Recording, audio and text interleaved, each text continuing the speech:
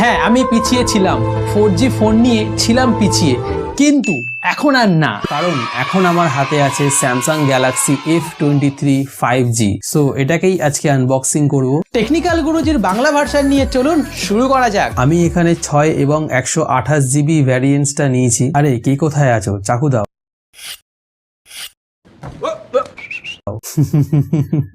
বুঝতে পেরেছো? আসলে ওপেন বক্স ডেলিভারি ছিল, তো তাই ওই ডেলিভারি দাদাটা বক্সটা খুলে দিয়েছিল। তাও আরো একবার ফর্মালিটি মেনটেন করলাম। ওয়াও, বক্স খুললেই প্রথমে ফোনটি রয়েছে। ফোনটিকে সাইডে রেখে বক্সের মধ্যে থেকে আরো একটা বক্স উদ্ধার করলাম এবং এই বক্সের উপরে ছিল একটি সিম এজেক্টর পিন। বক্সটি খোলার পর বেরিয়ে আসলো দুটি কাগজ, যেখানে অনেকগুলি ইংলিশ লেখা ছিল আর সঙ্গে type C charging cable, charging adapter দেওয়া হয়নি। এইবার প্লাস্টিকটাকে খুলে নিই। এইটা হচ্ছে ফোনের ব্যাক সাইড ভিউ, এটা ডাউন সাইড ভিউ, এইটা আপ সাইড ভিউ, এইটা রাইট সাইড ভিউ, এটা লেফট সাইড ভিউ। এইবার